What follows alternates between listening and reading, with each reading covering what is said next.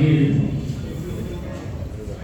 এই বক্তৃতা অনুষ্ঠানৰ সন্মানীয় সভাপতি মোৰ জ্যেষ্ঠ ভক্তিতুল্য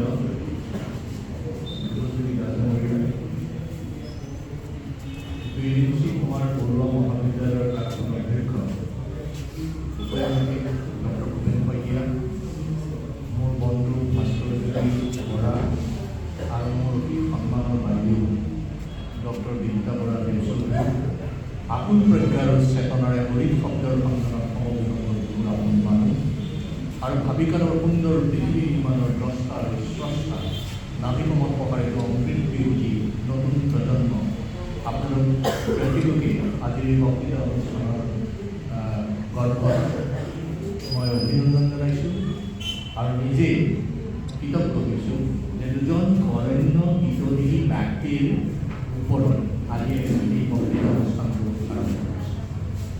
আজিৰ এই বক্তৃতা অনুষ্ঠানৰ পূৰ্বে যি মাল্য প্ৰদান বা বন্তি প্ৰদান হৈছিল তাত আমাৰ পংকজ বৰুৱালে কিমানবোৰ নাম ক'লে মোৰ এনে লাগিছিল যে উত্তৰ পূৰ্বাঞ্চলৰ জ্যোতি ককাই লৈ পোৱা পৰ্বতৰ মাজেৰে বাতৰি বা পানীবোৰ ব্ৰহ্মপুত্ৰত পৰাৰ এই নিকৃষ্ট জীৱন ধাৰাৰ এক সাংঘাতিক ধৰণৰ বিচিত্ৰপূৰ্ণ ৰূপ যেন মই ইয়াত দেখা পালোঁ। ইয়াক কৃপাৰ সন্ধানত বুলি কোৱা হৈছে আৰু ইয়াত যিবোৰ আলোকচিত্ৰ আছে এই আলোকচিত্ৰবোৰৰ খোজৰ সন্ধান আলোকচিত্ৰবোৰৰ যদি খোজৰ সন্ধান কৰোঁ তেন্তে গছৰ কৃপাৰ সন্ধানৰ সৈতে আমি সেউজীয়া কৰিব পাৰোঁ। গছ এজোপা ওপৰলৈকে এতিয়াও যাব নোৱাৰে যেতিয়ালৈকে গছজোপাই মাটিৰ তললৈ নাথাকে। আমাৰ জাতীয় জীৱনৰ যিটো সত্তা, জাতীয় জীৱনৰ যিটো চৰিত্ৰ, জাতীয় জীৱনৰ যিটো মূল অভিধা, এই অভিধাটো পূৰণ হয় আমি পুৰুষ মানুহৰ খোজৰ সন্ধানত ৰপ্ত হৈ থকা জাতীয় জীৱনৰ বিজ্ঞানসন্মত সাংস্কৃতিক চেতনাবদ্ধ শব্দবোৰৰ বুকুৰে আমি সেইবোৰ আমাৰ হৃদয়ত গজাব পাৰিছোঁ নে নাই, আমাৰ হৃদয়ৰ বৃক্ষ সেউজীয়া কৰিব পাৰিছোঁ নে নাই। মই যলৈ যাওঁ মোৰ হৃদয়ৰ চৌপাশৰ কলিজাৰ চৌপাশত বিশুদ্ধ স্বচ্ছ সেউজীয়া দেশৰ ভূমি জীপাল হৈ থাকে, যাৰ বুকুত সেউজীয়া ভূমি জীপাল হৈ থাকে, সেউজীয়া ভূমিয়ে যাৰ বুকুক আকাশ স্পৰ্শ কৰাৰ তাৰণাত দুৰন্ত গতিৰে ই খোজকাঢ়ে, সেই মানুহে কেতিয়াও কৃপা বিচাৰি হাহাকাৰ কৰিব নোৱাৰে। সেই মানুহে নিজেই নিজৰ কৃপা পৰিচয় প্ৰস্তুত কৰি লয়। এই যে আজি দেৱেন্দ্ৰনাথ বৰা যোৰহাটৰ আৰু সন্মানীয় নীতি বৰা শিৱসাগৰৰ দুয়োৰে সংযুক্ত জীৱনকালে তেজপুৰক কেনেকৈ সমৃদ্ধ কৰিছিল আৰু এজন প্ৰশাসনিক বিষয়া তেওঁক আমি খুচৰি ভালকৈ চাব পৰা নাই যেন মোৰ অনুভৱ হ'ল।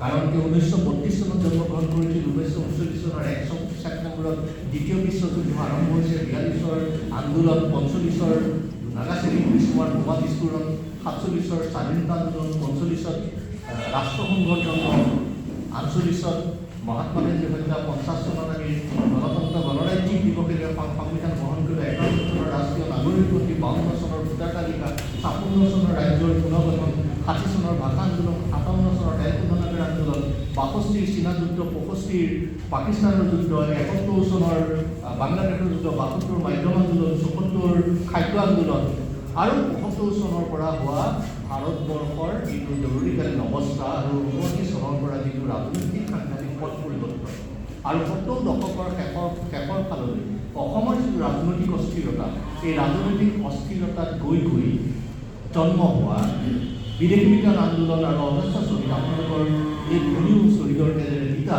আৰু সেই ভূমিৰ বাটেৰে সৈতে অসমত 860 জনৰ মৃত্যু হ'ল আৰু তাৰ লগত এখন জাতীয় চৰকাৰ গঠনৰ ঠিক আগত 19 চনতে আৰম্ভ হ'ল ভূগোলৰ একাবেকা বিচিত্ৰাৱলীৰ একাকেইডালমানৰ কাৰণত এখন স্বাধীন দেশ বিচাৰি ফুৰা আৰু কোনোবাই ক'ৰবাত অৰণ্যত ঘৰ সাজি নিষিদ্ধ বুলেটেৰে সৈতে থকা ফৰকা কৰি দিয়া কলিজাৰ হাওঁফাওঁৰ সেই দুৰ্যোগপূৰ্ণ সময়ত এজৰ ৰঙা পৃথিৱীখনত আমি জীয়াই আছোঁ। ইয়াৰ মাজতো আমি জীয়াই থাকিব লাগিব, কাৰণ অসম ভাৰতৰ আৰম্ভণি আৰু অসম ভাৰতৰ যদি আৰম্ভণি বুলি কওঁ তেন্তে অসমৰ আৰম্ভণি প্ৰাগজ্যোতিষপুৰ কামৰূপ আৰু শোণিতপুৰ।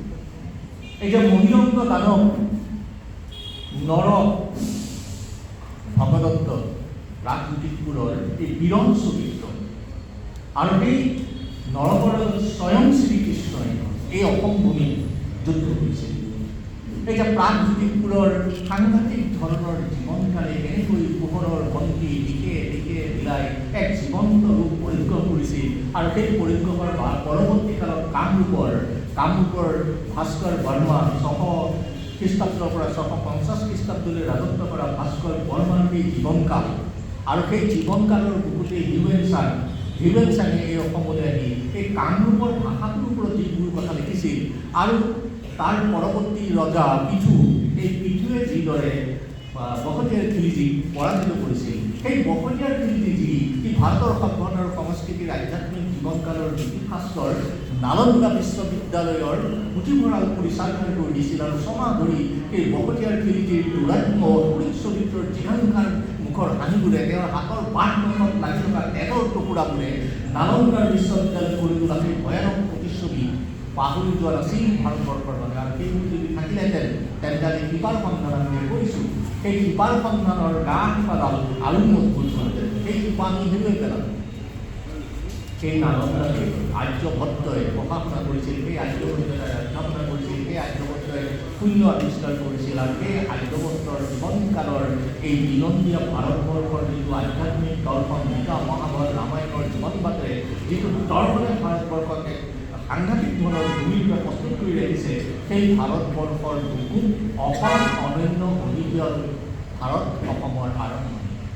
কৃষ্ণান চিত্ৰাং গদাইবলৈ 20 শতিকাত হয় ৰাজকীয় ক্ষমতাৰ যুঁজ, কৃষ্টি ৰক্ষাৰ চেলি বিচাৰি সৃষ্টি হ'ল মণিপুৰ।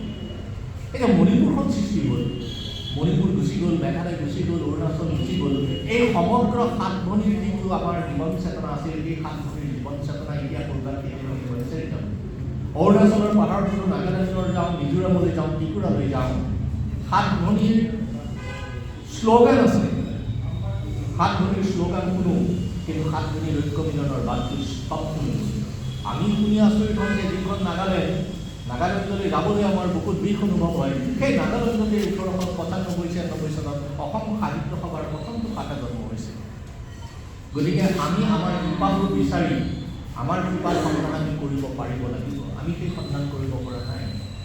এই যে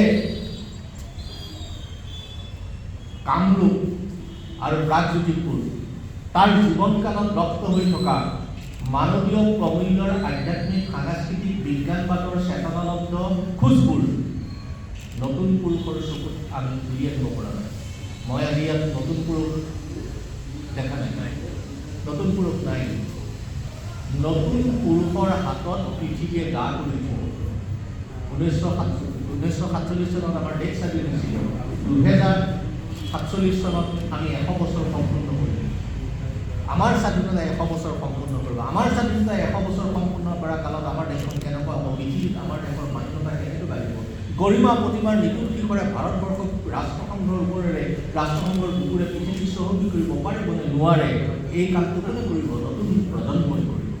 আৰু নতুন প্ৰজন্মই যেতিয়া মহাভাৰত, গীতা, ৰামায়ণৰ দৰ্শনত ৰপ্ত হৈ থকা ভাৰতীয় বিখ্যাত সংস্কৃতি, আৰু যি সংস্কৃতিয়ে কুৰুক্ষেত্ৰৰ যুদ্ধত অহিংসাৰ বাটেৰে হিংসাক প্ৰতিহিত কৰিছিল, আৰু সেই কুৰুক্ষেত্ৰত তেজৰ চেকুৰাৰ ওপৰত যেতিয়া সেউজীয়া বীজ গজিবৰ কাৰণে যুধিষ্ঠিৰে বনবাস কাটিব লগা হৈছিল, কৃষ্ণই সুদৰ্শন চক্ৰ হাতত থকাৰ পাছতো ন্যায়বাদ এটা গ্ৰহণ কৰিছিল। আৰু ন্যায়বাদটো গ্ৰহণ কৰিবৰ কাৰণে কেতিয়াবা কৃষ্ণৰ ৰূপটো দেখি মোৰ আচৰিত লাগে। কৃষ্ণৰ কেইবাটাও চৰিত্ৰ আছে, এই চৰিত্ৰকেইটা দেখি মোৰ আচৰিত লাগে। মই কেতিয়াবা নিজৰ ভিতৰতে কৃষ্ণৰ চৰিত্ৰ পৰ্যালোচনা কৰোঁ, অনুধাৱন কৰোঁ, অনুশাসন কৰোঁ, নিজকে কৰ্ষণ কৰিবলৈ যত্ন কৰোঁ। মহাভাৰতীয় দৃষ্টিভংগীৰে কৃষ্ণ এটা যুগ, কৃষ্ণ যুগী, কৃষ্ণ সত্য, কৃষ্ণ সনাতন, কৃষ্ণ জীৱনৰ বাটৰ আন্ধাৰৰ এঙাৰ ভাঙি বাণীৰ মুৰলীবোৰত যমুনাৰ পাৰত অসংখ্য নাৰী ঐশ্বৰ্য প্ৰেমৰ বাট দেখুওৱা, সেই বাটটো নতুন পুৰুষৰ হাতৰ পৰা হেৰাই গৈছে। সেই কৃপাডাল আমি নতুন পুৰুষে ক্ৰমে ক্ৰমে আধুনিক পৃথিৱীৰ গোলকীয় ভোগবাদৰ বুকুত আমি যেন সেইবোৰ নিচিন্ন হৈ গৈছোঁ, সেইবোৰ হেৰাই যোৱা। কৃষ্ণৰ হাতত সুদৰ্শন চক্ৰ আছিল, সুদৰ্শন চক্ৰ থকাৰ পিছতো কৃষ্ণই শিশুপালে দিয়া প্ৰথমটো গালিতেই শিশুপালৰ ডিঙিটো বিচ্ছিন্ন কৰি মাটিত পেলাই দিব পৰা ক্ষমতা আছিল। তাৰপিছতো কৃষ্ণই ৯৯টা শিশুপালৰ গালি সহ্য কৰিছিল। শ্ৰীকৃষ্ণই সৰুতে মাটি খাইছিল আৰু মাক যশোদাই কোবাইছিল আৰু কৃষ্ণ দৌৰি পলাইছিল। মাক যশোদাই যেতিয়া ধৰি পেলাই কোবাইছিল আৰু মুখ মেলিবলৈ কৈছিল, তেতিয়া সমগ্ৰ বিশ্ব ব্ৰহ্মাণ্ড কৃষ্ণৰ মুখৰ ভিতৰত ঘূৰি আছিল। সেই ৰূপ দেখি মাক মূৰ্ছা গৈছিল আৰু সেই মূৰ্ছাৰ কালত আপোনালোকে এতিয়া অনুভৱ কৰক, যিজন শ্ৰীকৃষ্ণৰ মুখত সমগ্ৰ বিশ্ব ব্ৰহ্মাণ্ড ঘূৰি আছিল, সেইজন শ্ৰীকৃষ্ণই কুৰুক্ষেত্ৰৰ আগমুহূৰ্তত শান্তি দূৰৰূপে কুৰুক্ষেত্ৰৰ যুদ্ধৰ আগমুহূৰ্তত পিতামহ ভীষ্ম, কুলগুৰু কৃপাচাৰ্য, গুৰু দ্ৰোণাচাৰ্য আৰু বিদুৰৰ সন্মুখত ধৃতৰাষ্ট্ৰক মাত্ৰ ৫খন গাঁও দিছিল। অথচ সমগ্ৰ বিশ্ব ব্ৰহ্মাণ্ডৰ মালিক। তো আচৰিত লগা কথা নহয়। কৃষ্ণই যেতিয়া অৰ্জুনক সুধিছিল যে নাৰায়ণী সেনাবিলাক কি লৈ গুচি গ'ল, দুৰ্যোধনে গোটেই মাখনখিনি লৈ গ'ল, তুমি এই নিসহায় কৃষ্ণক লৈ পেলাই কি কৰিবা? তেতিয়া অৰ্জুনে নমস্কাৰ কৰি কৈছিল যে মাখনখিনি লৈ গৈছে দুৰ্যোধনে, তাত ক'বলগীয়া একো নাই, মোৰ লগত মাখন চুৰ থাকিলেই। এইখিনিলৈকে চব ঠিক আছে। এই যে গোটেই সেনাখিনি লৈ গ'ল দুৰ্যোধনে, সেনাখিনি কাৰ? শ্ৰীকৃষ্ণকৰ দ্বাৰকাৰ ৰজা যমুনাৰ মিঠা পানীৰ সেৱন কৰি সাগৰৰ নিমখ পানীত জীৱন কটোৱা আৰু সমগ্ৰ জীৱন সম্ৰাট হৈ ডাল দৰিদ্ৰ সুধনত বুকুত সাৱটি থকা যিটো প্ৰেম, যিটো ভাতৃত্ববোধ, যিটো শক্তি, যিটো মহিয়ান ৰূপ, সেই ৰূপটোৰ কাৰণে কৃষ্ণক নমস্কাৰ কৰিব পৰা যায়। কিন্তু কৃষ্ণক নমস্কাৰ কৰিবলৈ কেতিয়াবা দ্বিধাবোধ হয় এই কথাটোৰ কাৰণে যে তেওঁৰ সৈন্যবিলাক লৈ গ'ল দুৰ্যোধনে, তেওঁ ৰজা হয় আৰু তেওঁ যিখন ৰথৰ চালক দিছে, সেইখন ৰথত বহি অৰ্জুনে গান্ধীত মাৰিছে। কাক মাৰিছে? তেওঁৰ শ্ৰীকৃষ্ণৰ সৈন্যসকলক, তেওঁৰ প্ৰজাসকলক। যি ৰজাই নিজৰ চকুৰ আগত প্ৰজাক হত্যা কৰাৰ দুৰন্ত ৰূপ এটা দেখিবলৈ পায়, সেই ৰূপটো কৃষ্ণই কিয় কৰিলে? এই কথাটো মই ভাবি থাকোঁ আৰু মোৰ মনত এইটোৱে আহিছে যে প্ৰতিবাদৰ সত্তা এটা নথকাৰ কাৰণে, আমাৰ ভাস্কৰজ্যোতি বৰাই প্ৰতিবাদ কৰাৰ কথা কৈ গৈছে, প্ৰতিবাদৰ সত্তা এটা সেই সৈনিকসকলৰ নথকাৰ কাৰণে অন্যায়ৰ বিৰুদ্ধে এন্ধাৰৰ বিফল বাটেৰে খোজকাঢ়ি গেলা গাঁতৰ পিটনিত গৈ তেওঁলোকে মৃত্যুক সাৱটি ল'ব লগা পৰিৱেশ এটা সৃষ্টি কৰিছিল সেই সৈন্যসকলে। আৰু সেই সৈন্যসকলৰ সেই অন্যায়ৰ প্ৰতিবাদটো কৰিব নোৱাৰা শক্তিৰ কাৰণেই যিদৰে কুৰুকুল ধ্বংস হৈছিল, একেই কাৰণে দুৰন্ত মৃত্যু বাসনা থকা অসমীয়া জাতি কোনেও মাৰিব নালাগে। এই জাতি নিজে নিজে এইকাৰণে নিজে নিজে মৰি গ'লে। উত্তৰ অসমৰ এখন মহাবিদ্যালয়ত মই যেতিয়া বক্তৃতা দিবলৈ গৈছিলোঁ, এনেকৈ সমন্বয়ত শিক্ষকসকলৰ লগত চিনাকি হ'লোঁ, চাহ খালোঁ, কিছুমানে অট'গ্ৰাফ ল'লে। এগৰাকী খুব ধুনীয়া আমাৰ দেউতা বাইদেউৰ দৰে মেখেলা চাদৰ পিন্ধি অহা শিক্ষিতা গাভৰু আহি পেলাই মোক ক'লে, মোক অট'গ্ৰাফ দিব লাগে। মই অট'গ্ৰাফ দিলোঁ। দি পেলাই কিন্তু বাইদেউ আপুনি ক'ত কাম কৰে? বোলে মই এখন কলেজতে কৰোঁ। কি কৰে? বোলে মই পঢ়াওঁ। আপুনি কি পঢ়ায়? মোৰ ক'বলৈ লাজেই লাগে। মোৰ মনতে ভাবিলোঁ মানুহগৰাকীৰ পোষ্টটো চেংচন হোৱা নাই নেকি, তেওঁ নি খাটি আছে নেকি? মই বাইদেউ ক্ষমা কৰিব, আপোনাৰ পোষ্টটো চেংচন হয়? নাই, মোৰ পোষ্টটো চেংচন হৈছে। মই প্ৰায় 58,000 টকা দৰমহা পাওঁ। কিন্তু আপুনি যে ক'লে আপোনাৰ ক'বলৈ লাজ লাগে, কৈছে মই অসমীয়া নাপাওঁ। সেইকাৰণে মই ক'লোঁ যে নদীৰ পাৰ সহি সহি উপত্যকা কাঙাল হোৱাৰ দৰে এই যে অহমিকা আৰু লজ্জাবোধত ভুগি থকা জাতিটোৰ একোটা নৱ প্ৰজন্মৰ হাতত আমাৰ পৃথিৱীখন হেৰাই দি, আমাৰ পৃথিৱীখনৰ যে শিপাডাল মোৰ ভাষাটোত আছে, মোৰ ভাষাটো ইমান পুৰণি, মোৰ ভাষাটো ইমান শক্তিশালী, মোৰ ভাষাটো ইমান শুৱলা, মোৰ ভাষাটো ইমান বিনন্দীয় মনোহৰ বিনন্দীয়া বাটৰ একদম সাংঘাতিক ধৰণৰ বিশাল আকাশৰ দৰে ই বৰ্ণনা কৰিব পৰা শক্তিৰে সমৃদ্ধ।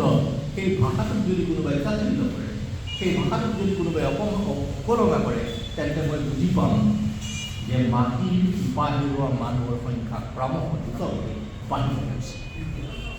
শিপা হেৰুৱা মানুহে, মই যেতিয়া বিদেশলৈ যাওঁ, ভিয়েটনাম গৈছোঁ, ইণ্ডোনেছিয়া গৈছোঁ, ছিংগাপুৰলৈ গৈছোঁ, তাত মই কিছুমান আলোচনাৰ ক্ষেত্ৰত, মই আজি আমাৰ হাজৰিকাৰ লগত কৈছোঁ, তেখেতৰ ল'ৰা মৰিচাচলৈ যাব।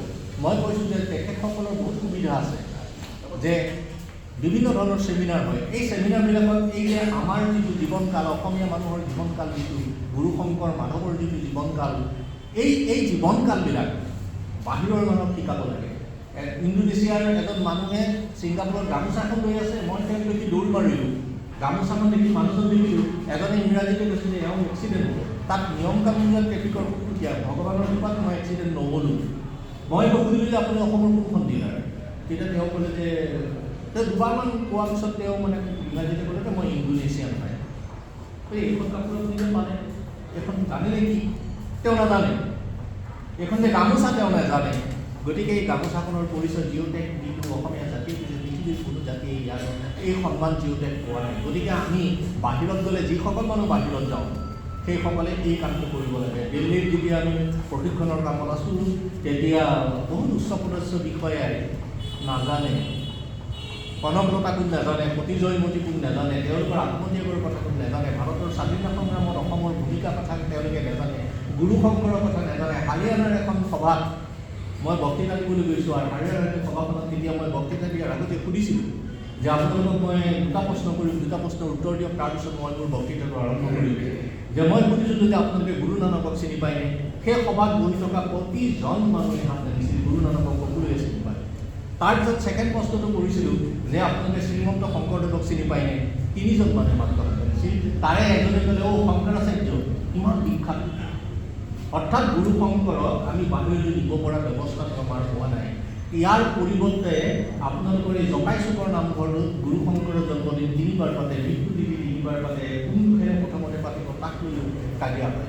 এই যে গুৰু শংকৰে যিডাল বৃক্ষ ৰোপণ কৰিছিল, সেই বৃক্ষৰ শিপাডালৰ সন্ধান আমি কৰিব নাজানো, আৰু শিপাডালে কেনেধৰণৰ মাটিৰ পৰা ৰস সংগ্ৰহ কৰি 10-10ডালৰ মেৰুদণ্ডৰ পোন কৰি ৰাখিছে, সেই মেৰুদণ্ডৰ পোন কৰা পৰিভাষাটো আমি নতুন প্ৰজন্মই আমি শিকিব নাজানো।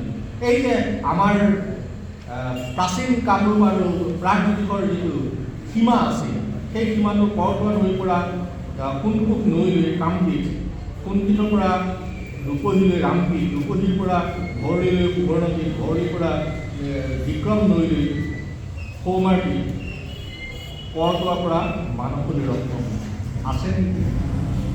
ঠিকে নাই।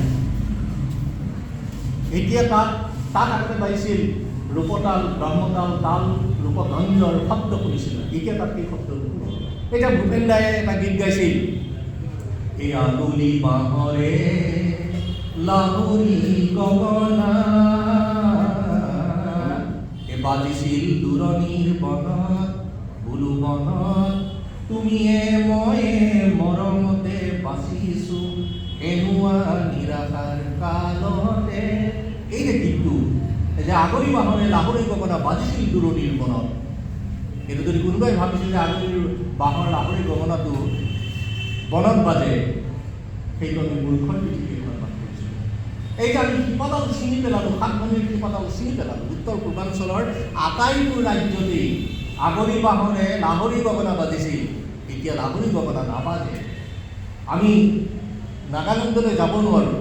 তোমাৰ হয়তো চাগে পৰিছে মনত লৰালিৰ কথা, সেই জেঠামা গাঁৱৰ ৰঙানীলা পখিলাৰ পাতি উৰি ফুৰা কত মিঠা খবৰ। সেই উৎসৱ উদযাপনৰ উন্মাদনা এতিয়া উত্তৰ পূৰ্বাঞ্চলত নাই।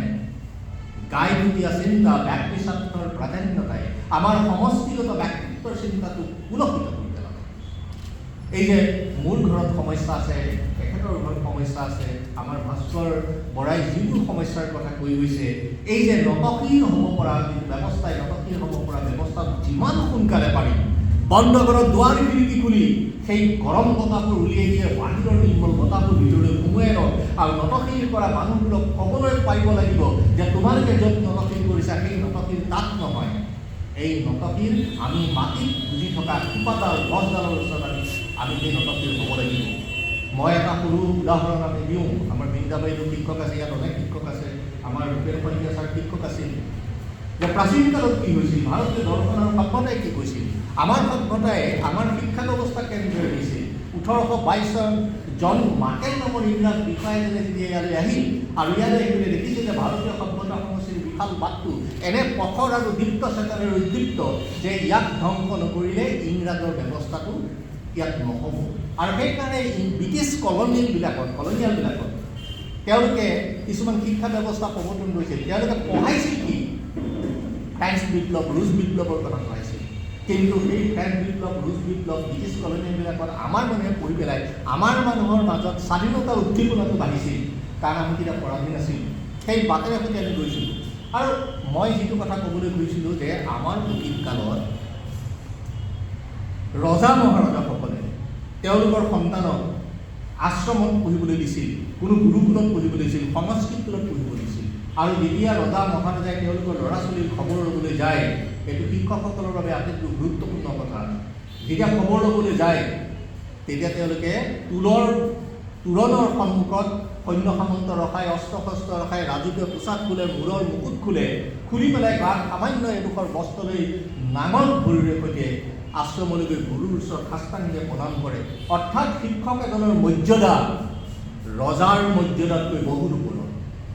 ৰজাৰ সাম্ৰাজ্যত সৈনিক থাকে, সেইকাৰণে ৰজাই মানুহ বুলিয়ে নাপায়। ৰজাৰ তেজ ৰঙা পতাকাৰে বিশ্ব জয় কৰাৰ দুৰাকাংক্ষাৰ বাটটোত মানুহৰ প্ৰগতিৰ সত্তাটো তাত নিশ্চিন্ন হৈ যায়। আৰু সেইকাৰণে এই যে শিক্ষকৰ যিটো বিনয় ভাৱ, শিক্ষকৰ যিটো গুৰুত্ব, মই ভাবোঁ যে সমাজৰ আটাইতকৈ শক্তিশালী, আটাইতকৈ যদি কোনোবা মানে ৰত্ন আছে, হীৰা আছে, তেন্তে সেই আছে শিক্ষক। মোৰ কেতিয়াবা কেতিয়াবা দুখ লাগে। মই প্ৰথমতে এই চাকৰি পোৱাৰ আগতে মই শিক্ষক আছিলোঁ, কিন্তু মই এই চাকৰিলৈ গুচি আহিবলগীয়া হ'ল। মই ভাবোঁ যে শিক্ষক নথকাহেঁতেন মই আজি আপোনালোকৰ সন্মুখত কথা ক'ব নোৱাৰিলোহেঁতেন। শিক্ষক নাথাকাহেঁতেন জ্ঞানেৰে সমৃদ্ধ আপোনালোকৰ মগজুপসূত চিন্তাৰ বিশাল বাটটোৰ বাটেৰে আপোনালোকে সমগ্ৰ হ'ব নোৱাৰিলে। আৰু আমি এই দুজন কৃতবিজ্ঞ ব্যক্তি আমি এই অনুষ্ঠানৰ এনে বক্তৃতা প্ৰদান কৰিব নোৱাৰিলোহেঁতেন। কি যি কি নহওক, মই ভাবোঁ যে আমাৰ ভাষাই আটাইতকৈ শক্তিশালী মাধ্যমৰূপে আমাক চহকী কৰি ৰাখিছে। আমি এই ভাষাটো ইমান পুৰণি যে যিখিনি সময়ত ভাৰতবৰ্ষত মাত্ৰ 3টা ভাষাই বিস্তৃতি লাভ কৰি আছিল, সংস্কৃত, পালি আৰু পাৰ্চী। সেইখিনি সময়ত 7ম শতিকাত আমাৰ মাধৱ কন্দলীয়ে ৰামায়ণ অসমীয়ালৈ অনুবাদ কৰিছিল। অনুমান কৰক আমাৰ ভাষাটো কিমান চহকী। নাছাই যেতিয়া টকিং কম্পিউটাৰ নিৰ্মাণ কৰিবৰ কাৰণে ভাষা নিৰ্বাচন কৰিলে, তেতিয়া পৃথিৱীৰ চৌকোণৰ পৰা ইংৰাজী ভাষাৰ প্ৰস্তাৱ অনেক আহিল। আই ন' হিম ইংৰাজীত যদি কোৱা হয়, টকিং কম্পিউটাৰ মগজু নাই, টকিং কম্পিউটাৰ বিবেক নাই, গতিকে আই ন' হিম বুলি কোৱা হ'লে ন'টোৰ কেটো নাইকিয়া হৈ যায়, সিফালে ডব্লিউটিও নাইকিয়া হৈ যায়। অৰ্থাৎ গোটেই বাক্যটোৱে কেংগেৰুৰ আগঠেংটো খণ্ডৰে বিকলাংগ হৈ যায়, অৰ্থাৎ তাৰ কোনো অৰ্থ ওলাই নাহে। তেতিয়া যিটো ভাষা আহিল সমাজতকৈ বেছিকৈ, সেই ভাষাটোৰ নামেই আছিল সংস্কৃত। আজি সংস্কৃত ভাষা যি জানে, সংস্কৃত ভাষাক যি জানে, সি টকিং কম্পিউটাৰ নাজানে। যি টকিং কম্পিউটাৰ জানে, সি সংস্কৃত নাজানে। পৃথিৱীৰ একমাত্ৰ এইটোৱে ভাষা, যি ভাষাই সমগ্ৰ পৃথিৱীক নিজৰ বংশ বুলি পৰিচয় দিবলৈ যত্ন কৰিছে, সেই ভাষাটোৱে বসুদেৱ কুটুম্বকম। এই বসুদেৱ কুটুম্বকমৰ যিডাল শিপা আছিল, সেই শিপাডাল ভাৰতবৰ্ষৰ বুকুত গোটেই উত্তৰ পূৰ্বাঞ্চলখন আৱৰি আছিল। আজি সেই শিপাডালৰ পৰা উত্তৰ পূৰ্বাঞ্চল ক্ৰমে ক্ৰমে আঁতৰিছে। গোষ্ঠীগত চিন্তা, ব্যক্তিগত লাভালাভ, ক্ষমতাৰ দুৰন্ত যাত্ৰাই ৰাজনীতিৰ নিমিলা অংকৰ বাটটোক আৰু সাংঘাতিক ধৰণে কুলসিত কৰি পেলাইছে। কটিলৰ অস্ত্ৰশাস্ত্ৰত এই কথাটো স্পষ্টকৈ আছে যে যেতিয়ালৈকে মানুহে মাটিৰ শিপাডাল ৰক্ষা কৰি থাকিব, তেতিয়ালৈকে ৰাজনীতিয়ে এক জীৱন প্ৰাণ পাই থাকিব। কেনেকৈ জীৱন প্ৰাণ পাব? যে এজন বা দুজন মানুহক চহকী কৰিবৰ কাৰণে বহুতো মানুহে যিটো উন্মাদনা কৰে, সেই উন্মাদনাটোক ৰাজনীতি বুলি কোৱা নাযায়। বৰঞ্চ এজন বা দুজন মানুহে বহুতো মানুহক ধনী আৰু চহকী কৰিবৰ কাৰণে, আদ্যমগ্ন কৰিবৰ কাৰণে যিটো ব্যৱস্থা গ্ৰহণ কৰে, সেইটোহে ৰাজনীতি বুলি কোৱা হয়।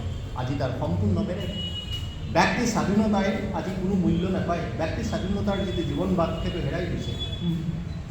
মই মোৰ চাকৰি জীৱন কালতেই মই পাইছোঁ যে মই কোনোদিনে কম্প্ৰমাইজ কৰা নাই, আৰু কম্প্ৰমাইজ নকৰাৰ কাৰণে 10টা বছৰ কাল মই কাৰ্বি আংলং আৰু ডিমা হাছাও জিলাৰ সন্তাপজৰ্য অধ্যুষিত এলেকাবিলাকত বাস কৰি আহিছোঁ।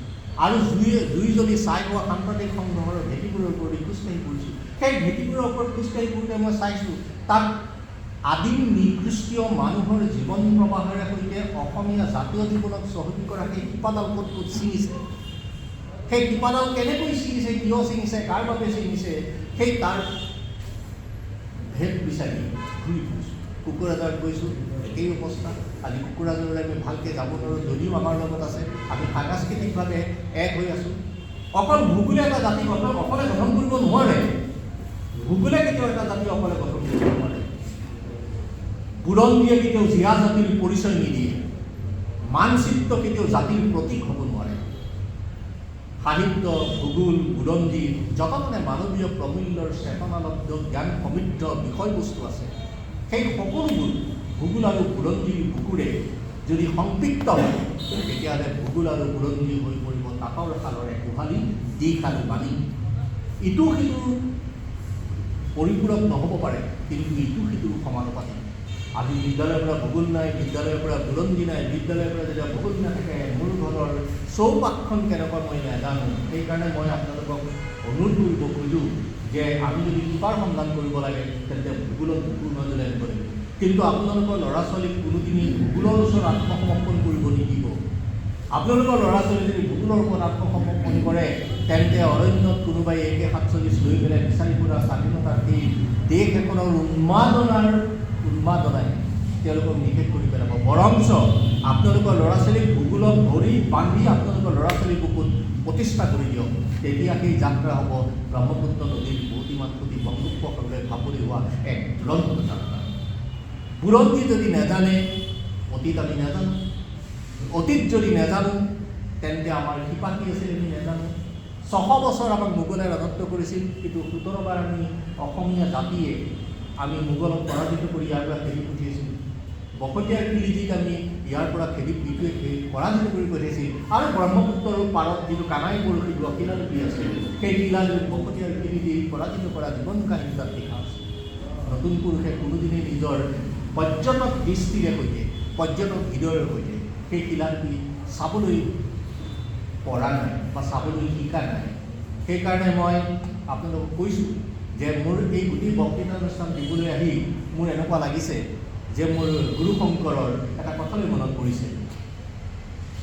পাৱে পৰি ভৰি কৰো কাতৰি প্ৰাণ ৰাখি মোৰ বিষয় বিষধৰ বিষে জৰ জৰ জীয়ন ৰহে মোৰ প্ৰাণ ৰাখি মোৰ। এই কথাটো মই এইকাৰণে কৈছোঁ যে শিপাডাল ছিঙি গৈছে, শৰীৰৰ বেদনা হোৱা নাই, শিপা ছিঙি গৈছে, আমি ক'ৰবাত শিপা হৈ গৈছোঁ। যদি ককাইদেৱে কৈছে মই কত পৰ্বতৰ মই কত ভৈৰমৰ শত শত নিজৰাৰ ধাৰ বৈ আহি আহি বৰ ঋতত হৈ যাওঁ একাকাৰ। সেই যে পাহাৰ পৰ্বতৰ মাজেৰে মাটি পানী শিলৰ যিটো বিশাল সংমিশ্ৰণ, সেই সংমিশ্ৰণটো যদি কোনোবাই মাটিখিনি পানীৰ সংমিশ্ৰণ বুলি ভাবিছে, তেন্তে তেওঁ ভুল পৃথিৱী এখনত বসবাস কৰি আছে। উত্তৰ পূৰ্বাঞ্চলৰ নিকৃষ্টীয় মানুহৰ জীৱন কলা, লোককলা, সাহিত্য, লোকাচাৰ, কৃষ্টি, সংস্কৃতি, তাল, মান, লয় সকলোবোৰ সমৃদ্ধ হৈ ব্ৰহ্মপুত্ৰত পৰিছে। ব্ৰহ্মপুত্ৰই এটা অভিধা সৃষ্টি কৰিছে, সেই অভিধাটোৱে অসমীয়া মহাজাতি। এই অসমীয়া মহাজাতিৰ সংজ্ঞা এতিয়া হেৰাব ধৰিছে, আৰু সেই মহাজাতিৰ সংজ্ঞাটোৰ বাটেৰে সৈতে ব্ৰহ্মপুত্ৰই অজস্ৰ মলি মামৰ বুকুত সাৱটি বংগোপসাগৰে ঢাপন মেলি পৃথিৱীৰ গণসমুদ্ৰ অসমীয়া জাতিৰ বিশাল জীৱন বাটৰ কথা ক'বলৈ ধৰিছে। আৰু সেই জীৱন বাটৰ কথা ক'বলৈ যাওঁতে এই যে মোৰ এই মুহূৰ্তৰ ভূপেন্দ্ৰৰ এটা গীতলৈ মনত পৰিছে। জমকে জমকে আছিল মোৰ অসমী পুনৰ ফুলে পিন্ধি, শিংখাপ পিন্ধি লৈ যে তোকাৰ ফুলেৰে হাত ৰং চোৱা কৰি, কিনোদিন পৰিলে কিনোদিন পৰিলে কিনোদিন পৰিলে আজি। এই যে কিনোদিন পৰিলে, কোম্পানী আহিছিল মুখত ভাঙি লৈ এখনতে বহো বুলি কৈছিল, আৰু বহিবৰ পায়ে তেওঁ বৰ ঘৰ সোমাইছিল, আৰু আমাৰ ঘৰৰ মূৰত কেঁচাই উলিয়াইছিল, আৰু বুঢ়া শগুনে আমাৰ মৰা শগুৰ খাইছিল, আৰু মান আহিছিল আমাক আক্ৰমণ কৰিছিল। মোগল আহিছিল, আমাক আক্ৰমণ কৰিছিল, ইংৰাজ আহিছিল, আমাক শোষণ কৰিছিল, শাসনৰ বাটেৰে আমাৰ চৰিত্ৰটোক নাইকিয়া কৰি তুলিছিল। আৰু এই যে গোটেই শাসন ব্যৱস্থাটোৰ মাজৰ পিছতো শোষণৰ বিশাল বাটটো দুৰন্ত হৈ থকাৰ পিছতো আজি তাৰিখলৈকে কেইজনমান বিততিৰ বিমান অসমীয়াৰ দুৰন্ত প্ৰচেষ্টাৰ বাবে ভাষা জীয়াই থাকিল অসমীয়া জাতি। আৰু এই জীয়াই থকা জাতিটো আজি মই নামঘৰলৈ যাওঁ, নামঘৰলৈ গ'লে মোৰ বুকুখন বিষাই যায়। মই প্ৰায় নামঘৰলৈ যাওঁ, কাৰণ মই আজি তাৰিখত যিজন মানুহ, এই মানুহটো হোৱাৰ মূল কাৰণটো হৈছিলে বৰকলা ৰাতি নামঘৰত থকা বিশাল নামঘৰ।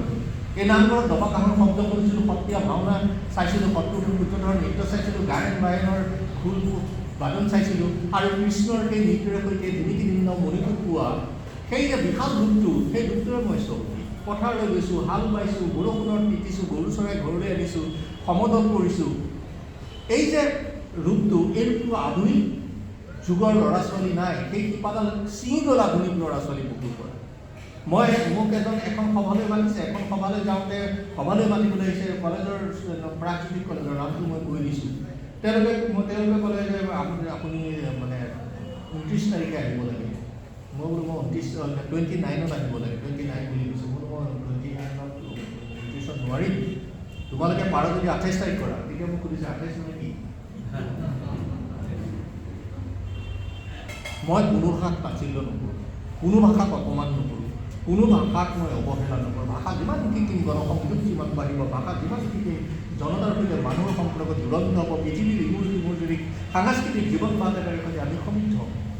কিন্তু ইয়াৰ অৰ্থ এইটো নহয় যে মোৰ ভৰিৰ তলত ৰক্ত হৈ থকা মোৰ ককা, আজু ককা, আইতাৰ মুখৰ ভাষাবোৰে কি ধৰণৰ বীজেৰে সৈতে এই ভূমিক সিঁচিছিল, আৰু এই ভূমিয়ে পৃথিৱীৰ বক্ষফালে কিৰুন্নত পৰিয়াল হৈ আকাশলৈ ধাবিত হৈছে, আৰু এদিন আমাক আকাশলৈ ধাবিত হৈ পলে পলে জাতিষ্কাৰ হৈ আমাৰ পেটৰ ভোকৰ আকাশ নিৰ্বাপিত কৰিছিল।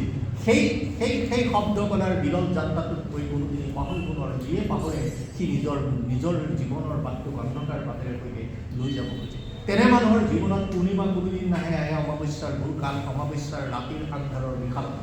আৰু সেই বিশালতাৰ বাটেৰে তেওঁলোকে কেৱল দুৰ্যোধনৰ হাঁহি দেখে, তেওঁলোকে ৰাৱণৰ হাঁহি দেখে, কংসৰ হাঁহি দেখে, তেওঁলোকে ৰাম আৰু কৃষ্ণৰ জীৱন বাটৰ যিবোৰ প্ৰজ্ঞা চেতনাৰ আলোক উজ্জ্বল জীৱন বাট, সেই বাটটোক কোনোদিনে তেওঁলোকে পৰিগ্ৰহ কৰিব নোৱাৰে। সেইকাৰণে তেওঁলোকৰ জীৱনৰ বাটত অশান্তি আৰু উত্তেজনাই নিৰন্তৰ তেওঁলোকক ঘূৰি ফুৰে।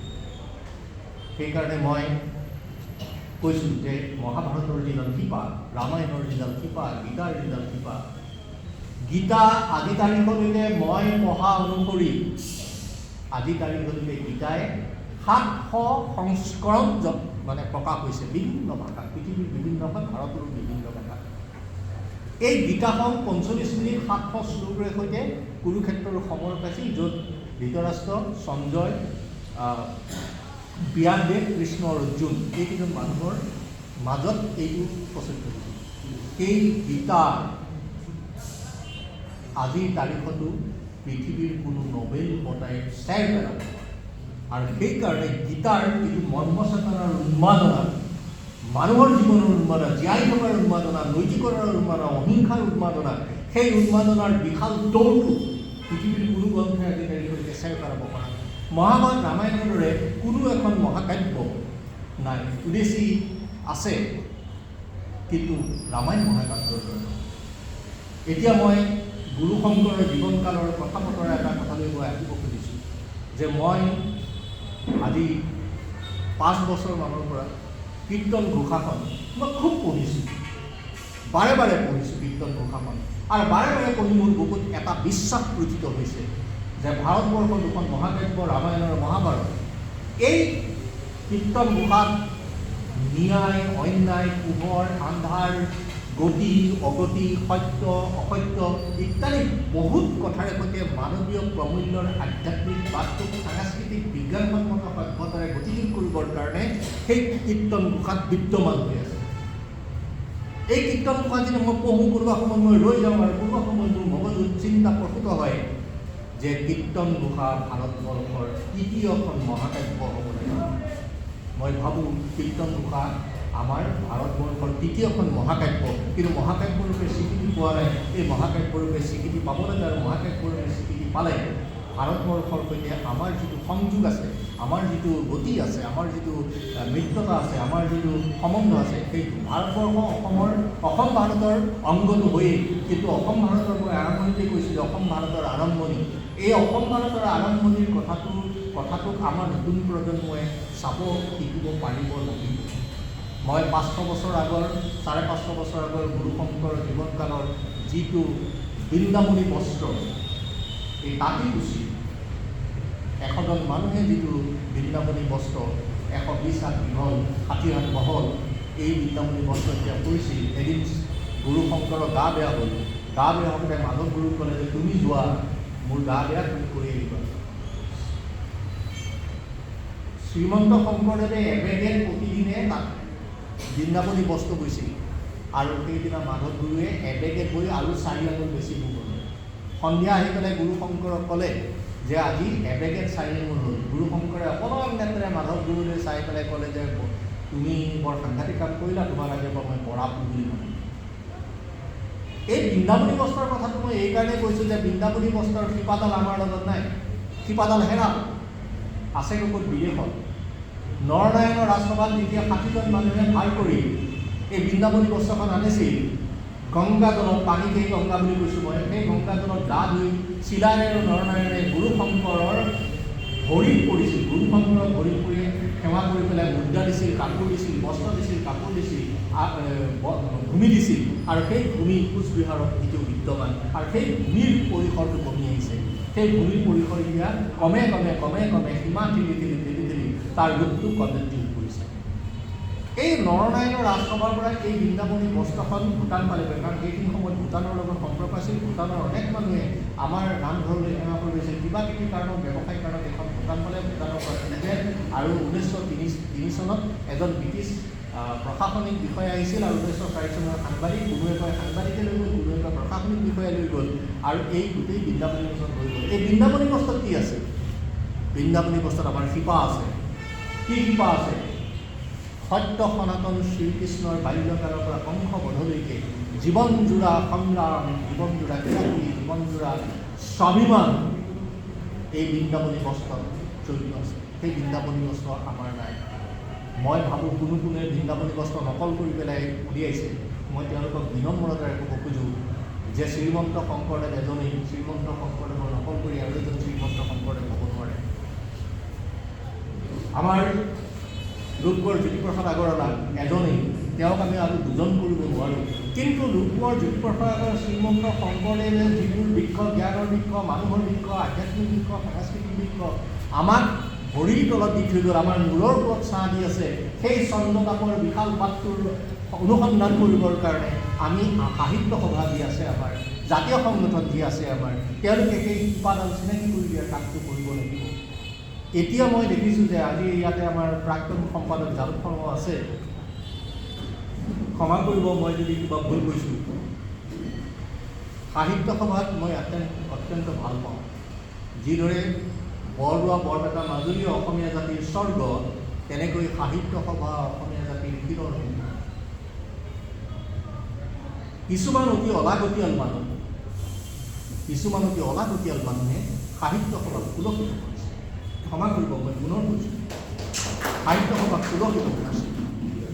সাহিত্য সভাৰ গৰিমা, এই যে সাহিত্য বিষ্ণু পদ্মনাথ গোহাঁই বৰুৱা, লক্ষীনাথ বেজবৰুৱা, আনন্দৰাম ঢেকীয়াল ফুকন, বাণীকান্ত কাকতি, মইদুল ইছলাম বৰা, যোগেশ দাস, ডিম্বেশ্বৰ নেওগ, মহেশ্বৰ নেওগৰ দৰে বৰেণ্য বিততি ইমান ব্যক্তিৰ দ্বাৰা সাহিত্য সভা, একদম ভূপেন হাজৰিকালৈকে কি সাংঘাতিক ধৰণৰ জীৱন কালে। মই এটা সৰু উদাহৰণ দিম। মই তেতিয়া খুব সম্ভৱ 5 বা 6 মানত পঢ়ি আছোঁ। তেনেকুৱাতে লক্ষেশ্বৰ শৰ্মা, অস্তিত্বৰ সময় কবিতা লেখা লক্ষেশ্বৰ শৰ্মা চাইকেলেৰে সৈতে মোৰ ভিনদেউৰ ঘৰলৈ আহিছিল। মোৰ ভিনদেউ বিজয় সিং, তেওঁ প্ৰথমজন অসমীয়া শিখৰ গল্পকাৰ আৰু গল্প কিতাপ তেওঁ প্ৰথম উলিয়াইছিল 1969 চনত। আৰু এইটো খুব সম্ভৱ চাগে 1976-77 চন মানত হ'ব আহিছিল। আৰু সেইবাৰ লক্ষেশ্বৰ শৰ্মাই অসম সাহিত্য সভাৰ কবি সন্মিলনলৈ নিৰ্বাচিত হৈছিল। আৰু তেতিয়া 20 জন মাতে অসম সাহিত্য সভাই, 5 জন মাতে আদৰণি সমিতিত, সৰ্বমুঠ 25 জন কবিক নিমন্ত্ৰণ জনোৱাহে বাছি নিমন্ত্ৰণ। এতিয়া বিজয় সিঙে ক'লে যে লক্ষেশ্বৰ শৰ্মা আহিছে অসম সাহিত্য সভাৰ কবি এজন, তৎমুহূৰ্তত প্ৰায় 100জনমান মানুহ লক্ষেশ্বৰ শৰ্মাক চাবলৈ বিজয় সিঙৰ দোকানত ভিৰ ঘূৰি। আজি সাহিত্য সভাৰ সভাপতি বুলি ক'লেও মানুহক মাতি আনিবলগীয়া। এই যে তললৈ নামিছে, সত্যক যদি আপুনি তলাত নমাই দিয়ে, সত্যক যদি বেছি কৰি দিয়ে, সি সত্য হৈ নাথাকে। এই কথাটো আমি সদায় মনত ৰাখিব লাগিব। দৃষ্টিনন্দন আৰু নান্দনিক চেতনালব্ধতাৰে নান্দনিক হৈ থকা সাহিত্য সভাত জীৱনৰ বাটেৰে আমাৰ নতুন প্ৰজন্মৰ মুখত সেই শব্দকেইটাৰ চিৰচেনীমূৰ ভাষাজননী, তাৰ যিটো গুৰাৰ্থ, তাৰ যিটো মৰ্মাৰ্থ, তাৰ যিটো গংগাজল পবিত্ৰতা, সেই পবিত্ৰতাক আমি আনিব পাৰিব লাগিব। আৰু আমি আনিব পৰা নাই। গতিকে অনেক নতুন লেখক লেখিকাই মোক বহুতে যোগাযোগ কৰে। অনেক নতুন লেখক লেখিকাই সাহিত্য সভাৰ প্ৰতি অনীহা প্ৰকাশ কৰে। তেওঁলোকৰ শিপাডাল ধৰিবলৈ তেওঁলোকৰ ইচ্ছা নাই। গতিকে মই ভাবোঁ যে সেই শিপাডাল আমি ধৰিবৰ কাৰণে চেষ্টা কৰিব লাগে আৰু সাহিত্য সভাই এই কামটো আমি কৰাৰ কাৰণে যেন চেষ্টা কৰে। মই বহি থাকোঁতে মাননীয় কবিতাদেৱে দেৱৰ লগত কিছুমান কথা পাতিছিলোঁ। কথাটো আছিলে যে ইংৰাজী ভাষা। আপোনালোকে শুনি আচৰিত হ'ব যে মই যি গৱেষণা কৰি পাইছোঁ যে আজিৰ তাৰিখত এজন বুলিয়েই সমগ্ৰ পৃথিৱীত ইংৰাজী ভাষাৰ শব্দৰ সংখ্যা 12,600টা মাত্ৰ। গুজৰাটী ভাষাৰ শব্দৰ সংখ্যা 48,000, 58,000 মহাৰাষ্ট্ৰৰ ভাষাৰ সংখ্যা, বঙালী ভাষা 75,000, প্ৰায় 70,000 হিন্দী ভাষাৰ শব্দ, আৰু আটাইতকৈ বেছি শব্দৰ ভাষাকেইটা হৈছে পালি, প্ৰাকৃত আৰু সংস্কৃত।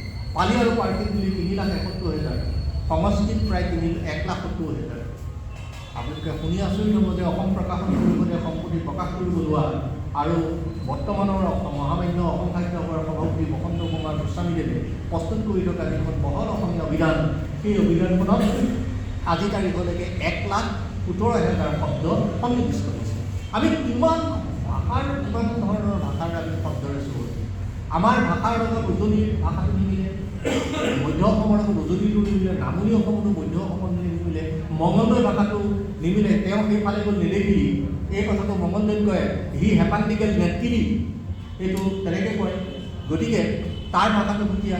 বৈহান কৰিছে, আমি বৰষুণ বুলি কৈছোঁ। বৰষুণ আৰু বৈহান তাৰ সমন্বয় ঘটিছে। গতিকে সেই ভাষাত অসমীয়া ভাষাটো সমৃদ্ধ কৰা যিটো চেতনা, সেই চেতনাটো ক্ৰমে আনি মই এবাৰ বিহাৰলৈ গৈছিলোঁ। বাইদেউৰ বিহাৰত বিয়া দিছিলোঁ। দুৰ্ভাগ্যবশতঃ বাইদেউ ঢুকাল। তো আজিৰ পৰা বহু বছৰ আগৰ কথা। মই ৰাজধানী মেলত বহি গৈছিলোঁ। মোৰ চিটটোতে এজন অসমীয়া মানুহ বহি গৈছে আৰু সন্মুখৰ চিটটোত 2জন বিহাৰী মানুহ, বঙালী মানুহ। অসমীয়া মানুহজনে মই দ্য মুলছ লাষ্ট চাই চালমান ৰুছদীৰ ইংৰাজী কিতাপখন পঢ়ি গৈছিলোঁ। আৰু অসমীয়া মানুহজনে মাজে মাজে মোলৈ চাই, মই দেখিছোঁ যে এইটো পাঞ্জাৱী মানুহে তাতে ইংৰাজী কিতাপ এখন পঢ়িছে, ই ক'ত অসমীয়া ভাষা জানিব। মোৰ কিন্তু কথা পাতিবলৈ খুব মন গৈছে। কিছু লোকে কিতাপখন বন্ধ কৰিলোঁ। বঙালী মানুহ দুজনে খুব ধুনীয়াকৈ বঙালীত কথা পাতি গৈ আছে। অসমীয়া মানুহজনক মই এবাৰ দেখিছোঁ যে অসমীয়া মানুহজনে ৱেটাৰজনে যেতিয়া আহিছিল পানী বিচাৰোঁতে একদম হিন্দীৰ হাত ভৰি নেৰাৰি পেটু চকুলি আহিছিল। মই তেওঁলোক কথা পাতিবলৈ বিচৰা নাই আৰু তেওঁক মই ভাবা নাই। তেওঁ যেতিয়া মোক কোৱা নাই, তাৰপিছতে মই বঙালী মানুহজনক ক'লোঁ যে কথা পাতিলোঁ। কথা পতা দেখি মানে এজন বঙালী মানুহৰ মুখত একদম অগ্নি শৰ্মাৰ খং উঠিছে যে ইমান ভুলকৈ বঙালী কৈছে। মই বঙালী কৈছোঁ ভুলকৈ। তাৰপিছত কিছু দুজন সিজন খং উঠা বঙালী মানুহজনে মোক ক'লে যে আপুনি কি মানুহ? মই বোলো মই অসমীয়া।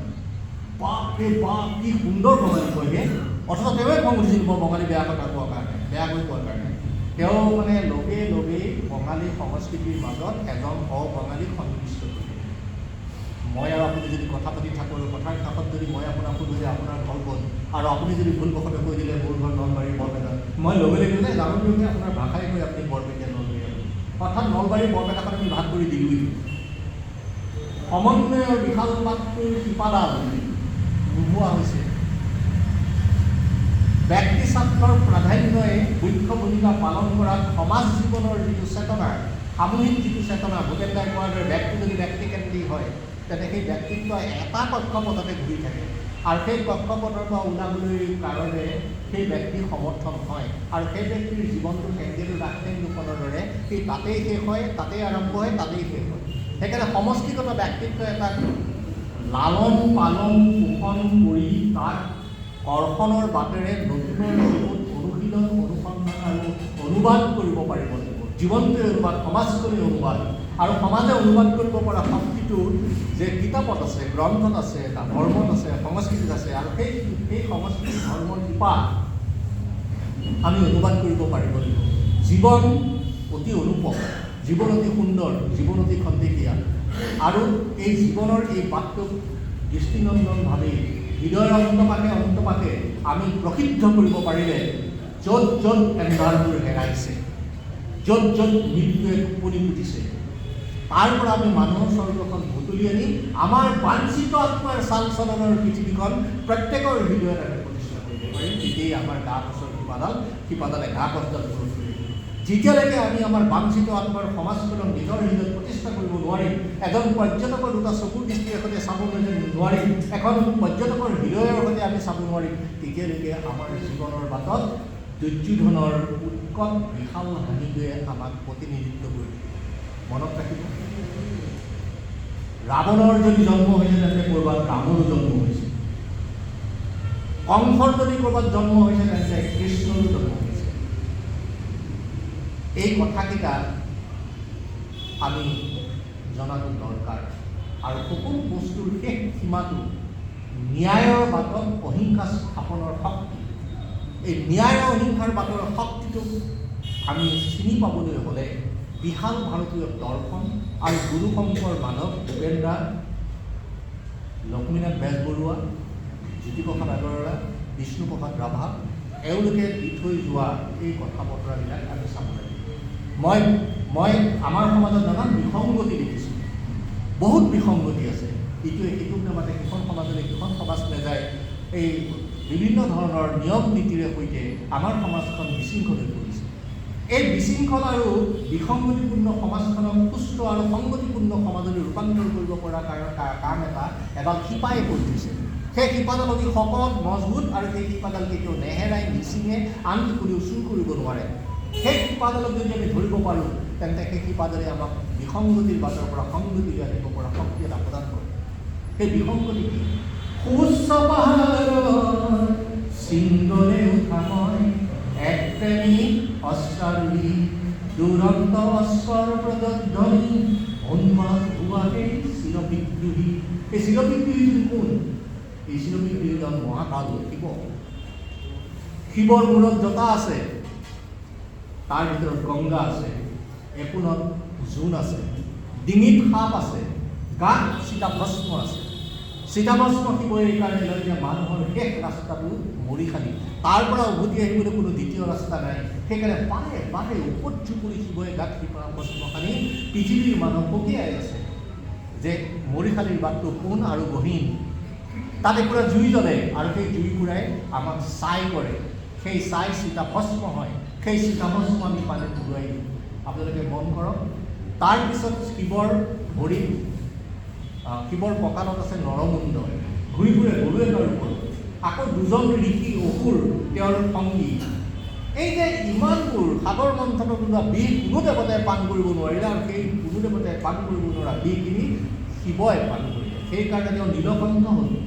এই যে ইমানবোৰ বিসংগতি এজন দেৱতাৰ গাত, সাপ আছে, চিতাভস্ম আছে, নৰমুণ্ড আছে, গংগা আছে, জোন আছে, গৰুত ঘূৰি ফুৰে, এই ইমানবোৰ বিসংগতি যিজনে সংগতিলৈ ৰূপান্তৰ কৰিব পাৰিছে, তেওঁৱেই মহাকাল, তেওঁৱেই শিৱ, তেওঁৱেই পৃথিৱীৰ সমস্যাৰ পৃথিৱীৰ ক্ৰান্তে ক্ৰান্তে শিৱৰ বন্দনাৰ পূজা ঘৰবোৰ বিদ্যমান হৈ আছে। আৰু এই শিৱৰ এই শক্তিটোক যদি আমি আহৰণ কৰিব পাৰোঁ, আমি বিচাৰি ফুৰা বাঞ্ছিত গছৰ শিপাডাল আমি পাব পাৰোঁ। আৰু সেই শিপাডালতেই আমি আমাৰ জীৱনৰ সন্ধান কৰিব পাৰোঁ, সমাজৰ সন্ধান কৰিব পাৰোঁ, দেশৰ সন্ধান কৰিব পাৰোঁ। মই দেশ বুলি কওঁতে আৰু এটা কথা মনত আহিছে, মই অলপতে কথাখিনি কৈ গৈছিলোঁ যে 2047 চনত আমি স্বাধীনতা পাম, আৰু 100 বছৰ হ'ব। সেই 100 বছৰ স্বাধীন আমাৰ দেশখন কেনেকুৱা?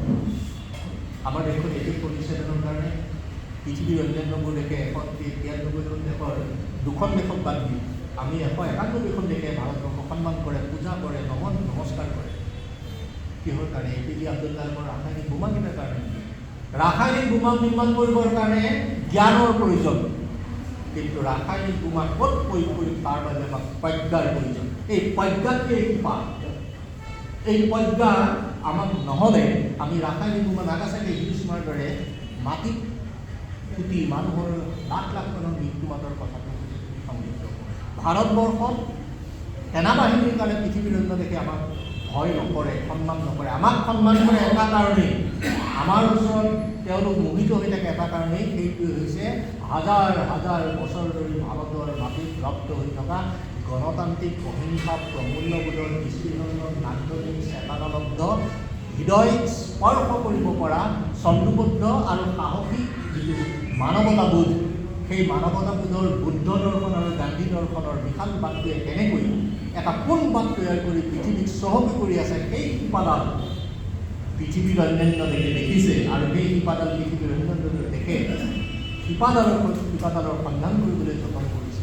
আমি যেতিয়া সংস্কৃত এৰি দিলোঁ, আমাৰ পাঠ্যপুথিৰ পৰা যেতিয়া সংস্কৃত নোহোৱা হ'ল, তেতিয়া আমি বহু পৰিমাণে শিপা হেৰুৱা মানুহৰ দৰে হৈ গ'লো। আজি বহুজাতিক কোম্পানীৰ যিবিলাক উদ্যোগত উৎপাদিত সামগ্ৰী আছে, সেই সামগ্ৰীবোৰ বিক্ৰী কৰিবৰ কাৰণে তেওঁলোকে কিছুমান পাঠশালা তৈয়াৰ কৰিছে, যিবোৰ পাঠশালাত জ্যোতিপ্ৰসাদ নাই, বিষ্ণুৰমা নাই, ভূপেন হাজৰিকা নাই, শংকৰ নাই, মাধৱ নাই ভূপেনৰ চাকিৰ আধ্যাত্মিক বন্দনাৰ চেতনা।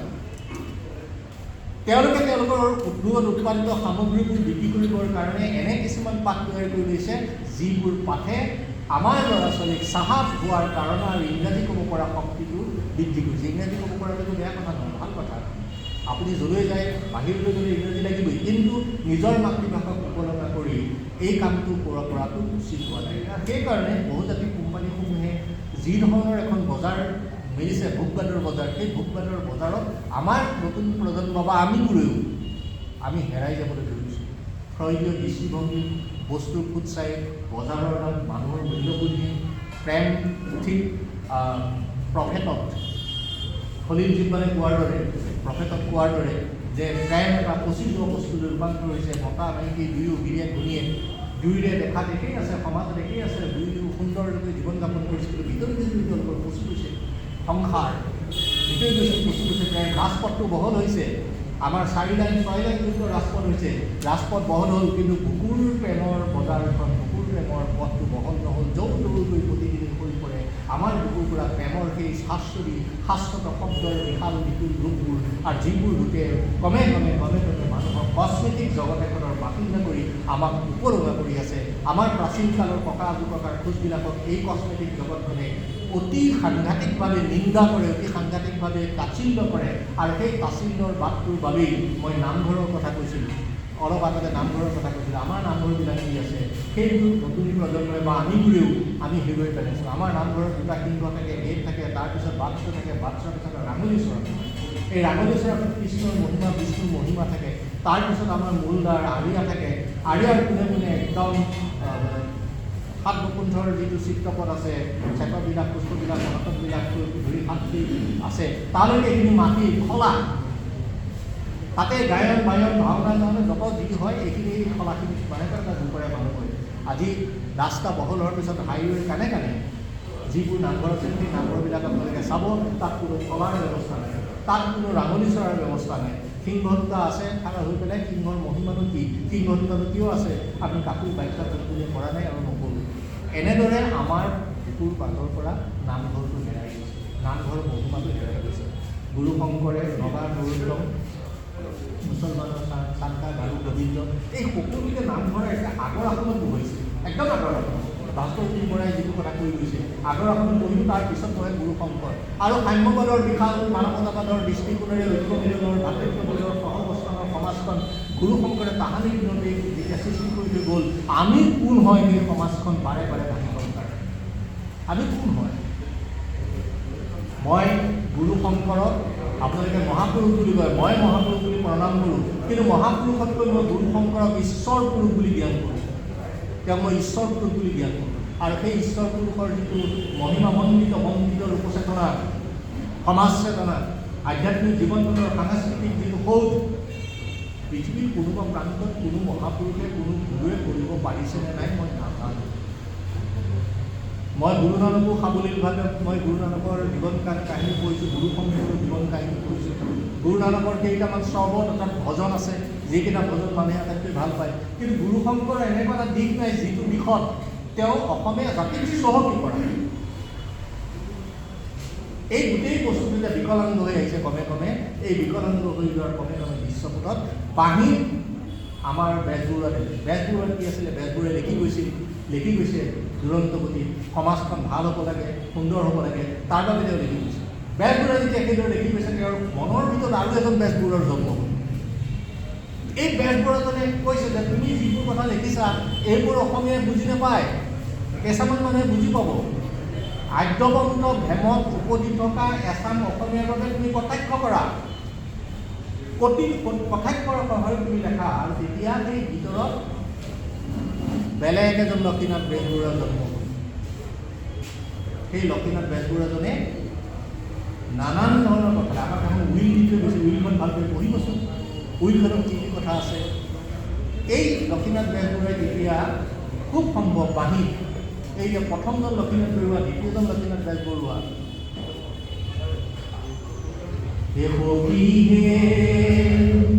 কি কমে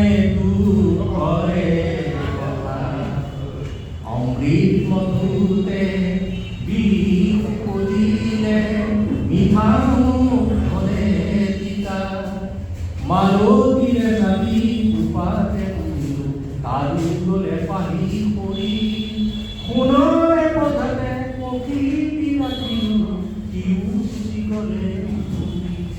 এই যে মই অলপ আগতে এটা বৰগীত গাইছিলোঁ, পাৱে কৰি ধৰি, আৰু এই দুটা গীতৰ জীৱনকাল, তাৰ মৰ্যাদ থকা মৰ্মৰণিৰ যিটো চেতনা, এই চেতনাটো যদি সমাজে অনুভৱ কৰিব পাৰে, তেন্তে দুৰন্ত গতিত মৰহি খোজা গা গছৰ সমাধানত আমি সাৰ পানী দিয়াৰ ব্যৱস্থাৰে সৈতে তাক আকৌ বাহুৱান ৰূপ দিব পৰা ব্যৱস্থা হ'ব পাৰে।